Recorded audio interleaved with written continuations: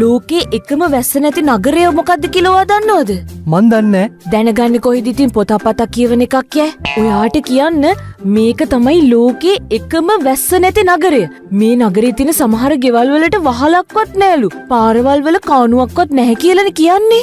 එහෙනම් ඉතින් කාන්තාරයක් වෙන්නේ නැති. මේක එහෙම කාන්තාරයක් නෙවෙයි යන්නේ. මේක රටක්. ලෝකයේ තියෙන සියලුම රටවල් අතරින් අඩුම වර්ෂාපතනය තියෙන්නේ මේ ලීමා රාජ්‍යයට කියලා තමයි කියන්නේ. වාර්ෂික වර්ෂාපතනය මිලිමීටර් 10ත් 15ත් අතර ප්‍රමාණයක්ලු. ඒක නිසාලු ඉතින් මේ වැසි නැති නගරය කියලා මේ රටට කියන්නේ. ඒකට අපිට නේද මිලිමීටර් 100ට වඩා තද වෙසි. මේ නගර නම් වැහි වතුර යන්න කානුවක්වත් හදලා නැහැ කියලානේ කියන්නේ. ඒකට අපේ රටේ වැස්සහම කානු හොයා ගන්නවත් නැහැ. ඒක නම් ඇත්ත තමයි. මේ ඔයාට කියන්න මේ නගරේ තියෙන නේවාසික නිවාස හැම එකක්ම වගේ හදලා තින්නේ ඇඩෝබි විදියට.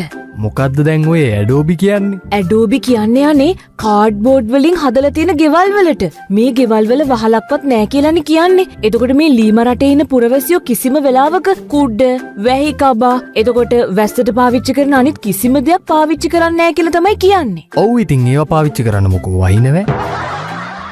අපිලාගේ මෝනිං ෂෝ එක සතිය දවස්වල උදේම අහන්න.